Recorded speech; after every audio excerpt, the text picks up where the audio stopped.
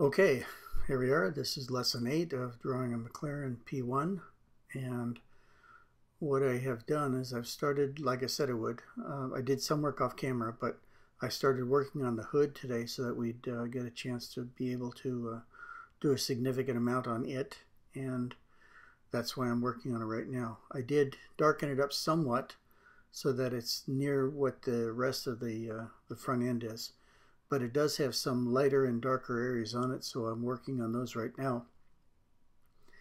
And also the air outlets for the hot air that goes through the radiator in the front. So that's what I'm doing right now, is I'm trying to work the values again, the tonal values, so that I have a difference between the main flat part of the hood just in front of the windshield and down in front, which is down below in kind of shadow area. So that's where I am, is just trying to work those up, and without going too dark, I'm trying to get to the point that you can see the line of demarcation between the lighter values and the darker values. And so far it seems to be going fine.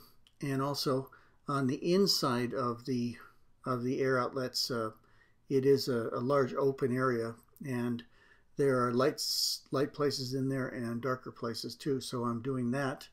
And that is hopefully going to make it more obvious just what we're trying to do here and what this looks like. So it's coming along though. It actually looks pretty good to me.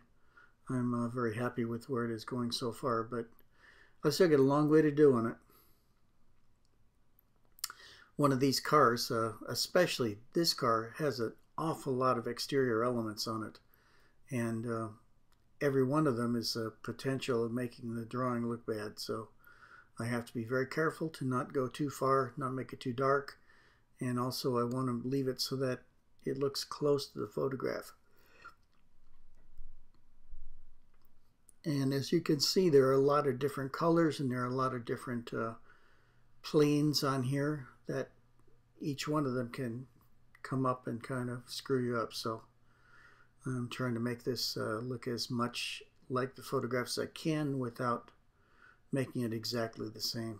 In other words, I want to make it look the way I want it to, but I want it to look like the car as well. So it's kind of a balancing act. You're just trying to do what you can do. And of course, these are all, again, in case you haven't seen this before, this is stippling. Each one of these is a dot.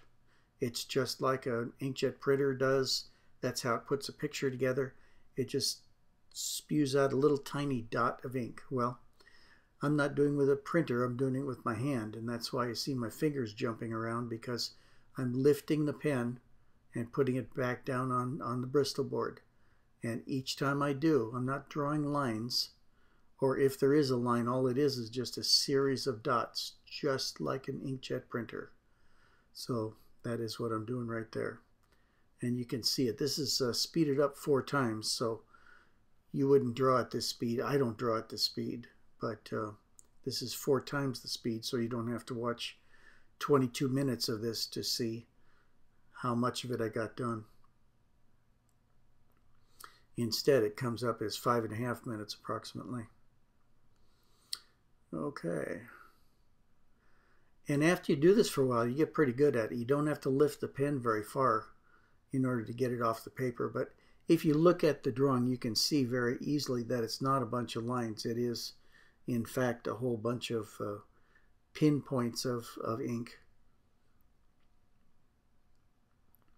So, like I say, in case you haven't seen what I was doing before this, then that's the explanation for it. That's why I do it the way I do. And I do it faster so that it makes it more easily explainable to you, and so you can understand what I'm trying to do here.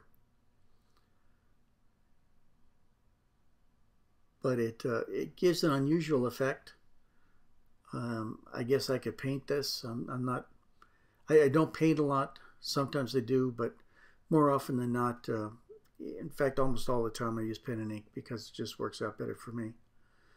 And it's just something I like to do. You know, it's my way of drawing these drawings. And I do the same thing with portraits that I do here with cars, and it seems to work out just fine. I mean, I really enjoy doing it. It takes a little bit longer probably than working with pencils or colored pencils or colored pens or something like that, but it's immensely satisfying. I really enjoy doing it. So that is why I do it.